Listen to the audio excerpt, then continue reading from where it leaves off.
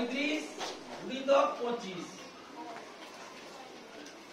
সবাই পারবে আমি জানি, কিন্তু শুনো ভালো করে, কিন্তু এখানে সহজ মেথড আছে একটা, সেই সহজ মেথডটা দেখে রাখো।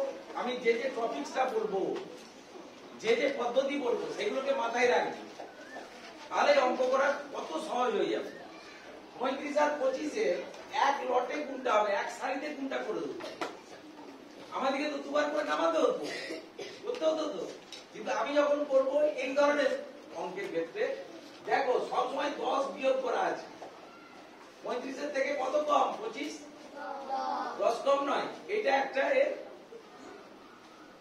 বৈশিষ্ট্য। আর একটা বৈশিষ্ট্য কি, শেষের দুটি অঙ্কে 5 আছে তো। এই ধরনের অঙ্ক যদি থাকে যে একের সঙ্গে অন্যটার পার্থক্য হচ্ছে 10 আর শেষে আছে এককের ঘরে, এটা এককের ঘর, এককের ঘরে দুটোই 5, এইরকম ক্ষেত্রে গুণ করবে কি করে? সোজা নিয়ম হচ্ছে এই 5 5 দুটো এক থাকার জন্য এখানে সোজা 75 বসিয়ে দাও, কিছু করতে হবে না, প্লেন 75 বসিয়ে দাও।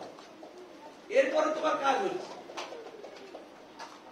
এই যে দশকের ঘরে যেটা আছে সেইটাকে, সবচেয়ে বড় সংখ্যা কোনটা? দশকের ঘরে 2 বড় না 3 বড়?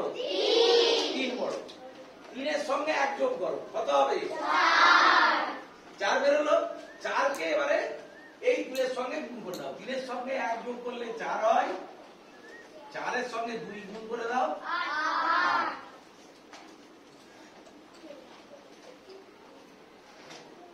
গুণফল কত হলো? 800। ধরে বলো 875। আমি এবারে কোনটা করে দেখি একবার নাকি দেখো। 5 5 25 5, 2 3 5 15 2 5 গুণে 10 এর 0, হাতে থাকে 1, 3 গুণে 6 রাখে।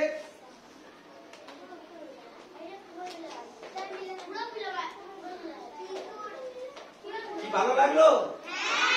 আরেকবার জোরে হাততালি হবে।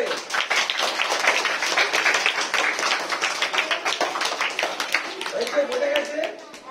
এরপরে আমি দুটো অঙ্ক দিয়ে দিচ্ছি, এগুলো ঘরে প্র্যাকটিস করো নিজেরা। কি কি পদ্ধতি বলেছি? যা দুটো অঙ্ক দিচ্ছি দেখে রাখো। কত দিয়ে গুণ করবে তোমরা? 85 কে 75 দিয়ে, 65 কে 55 দিয়ে।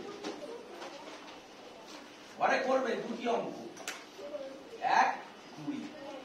কি কি বলেছি?